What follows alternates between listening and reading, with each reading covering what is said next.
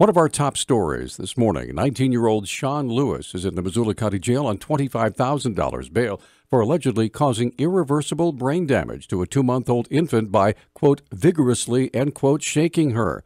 At his court appearance yesterday before Substitute Justice of the Peace David Steele, Chief Deputy Missoula County Attorney Jason Marks asked that Lewis's $25,000 arrest warrant bond be continued. There was a $25,000 warrant issued in this case, and we would ask the court to maintain bail at $25,000. Our primary concern is that Mr. Lewis represents a flight risk given the severe nature of the charges, and I think pretty limited ties to the community.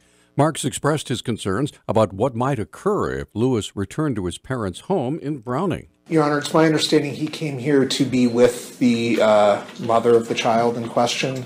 He's from Browning. And my concern is that he would have incentive to flee back there. And historically, we've had difficulties extraditing tribal members from that reservation. Lewis's parents were in the courtroom watching the proceedings via video from the jail. His mother asked the judge to lower the bond, quote, because we don't have very much money, end quote. Her request was denied. Authorities say a 48-year-old man whose body was found in a trailer in northern Montana died of hypothermia and exposure. Lane County Undersheriff Frank Billmeyer said Antonio Castillo, Jr., who was living in Harlem in an aged camper with a weak heat source, died December 29th. The death has been ruled an accident. No other information has been released. During his election bid, Missoula City Councilor Jesse Ramos was a vocal critic of the $25 million, quote, accounting error, end quote, discovered by a local citizen in the city budget. Now that he's in office, he has a front row seat to Missoula's most recent error, one that's already led to dramatic cuts in the city's rainy day fund and was presented to the council on December 20th. Mayor issued a memorandum to the council members, and all of us were caught off guard, not just the new folks, but I'm pretty sure a lot of the folks that were sitting on the council currently were caught off guard as well. The error, from what I understand, was due to a misallocation of capital improvement project accounts. It sounds like there was some overspending that happened in the Parks Department and the Roads Department. Now sworn into office, Ramos and other council members don't seem to have much say on how the capital improvement program error will be corrected. Mayor John Engen wrote in his memorandum that the city, quote, needs to reallocate about $3 million, end quote, and goes on to say the correction to this error, quote, does not require council action, end quote. Ramos says he's suspicious about how the city is correcting its mistake. From what I understand, there's going to be cutbacks. I met with some of the folks from the Parks and Rec department, and they were talking about some of the ways that they were going to be able to make up for this error, and also we're going to be taking funds out of our rainy day fund, which is going to be a huge impact because we need those funds. They try and keep a certain amount of money within the reserve fund, so we're going to have to replenish that. And I'm hoping that it doesn't come from increased taxes next year. Engen wrote in his memorandum, quote, well, I'd much rather we were building cash reserve than spending it. Rainy day funds are for rainy days, and it's raining, end quote. On top of the over $2 million pulled from the so-called rainy day fund, hundreds of thousands of dollars have been shifted from the Parks Department and the Roads Department. Council members say they're still waiting to hear what services will be impacted. The errors were reportedly found in early November. However, they weren't reported to council until late December, after the election.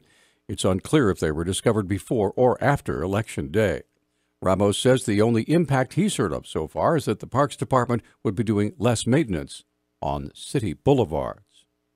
Due to a report out of Australia, some news agencies are saying that this season's flu vaccine is only 10% effective. Infectious disease specialist with the Missoula City County Health Department, Pam Whitney, said one specific strain of the flu has been difficult to contain. Around March is when they decide what's going to go in the current vaccine. And so we start seeing the actual cases around September, October, which we did this year. So that gives the H3N2 a chance to slightly change. This is a real hard strain to capture to make a good vaccine. So that is exactly what we have seen. Whitney provides the current numbers of flu victims in Montana. We are seeing a lot of cases right now. We're kind of 2 weeks ahead of where we were last year, meaning 613 cases in Montana have been confirmed. The majority are the A strain, the H3N2. We've had 115 people hospitalized across Montana, and we've had 8 deaths due to it. Residents can still get the flu vaccine at hospitals, clinics, and most pharmacies. Employees of 5 Montana hospitals are concerned they're overpaying for their health benefits after learning the hospitals had 6-year coverage agreements with Blue Cross Blue Shield of Montana in exchange for more than $20 million in payments. The newspapers reports the plaintiffs filed a federal complaint December 29th seeking an accounting of payments to hospitals to find out if they were overcharged and whether the hospitals put the payments from Blue Cross toward the health plan or diverted it for other uses. The employees said they learned about the agreement when they were told they could not negotiate insurance benefits. The defendants are Northern Montana Hospital in Havre, St. Peter's Hospital in Helena, Bozeman Deaconess Health, Community Medical Center in Missoula, and the Billings Clinic. Sears Holdings Company announced it was closing more than 100 stores earlier this year, including Kmart stores in Butte and Helena, as it tries to turn around its business.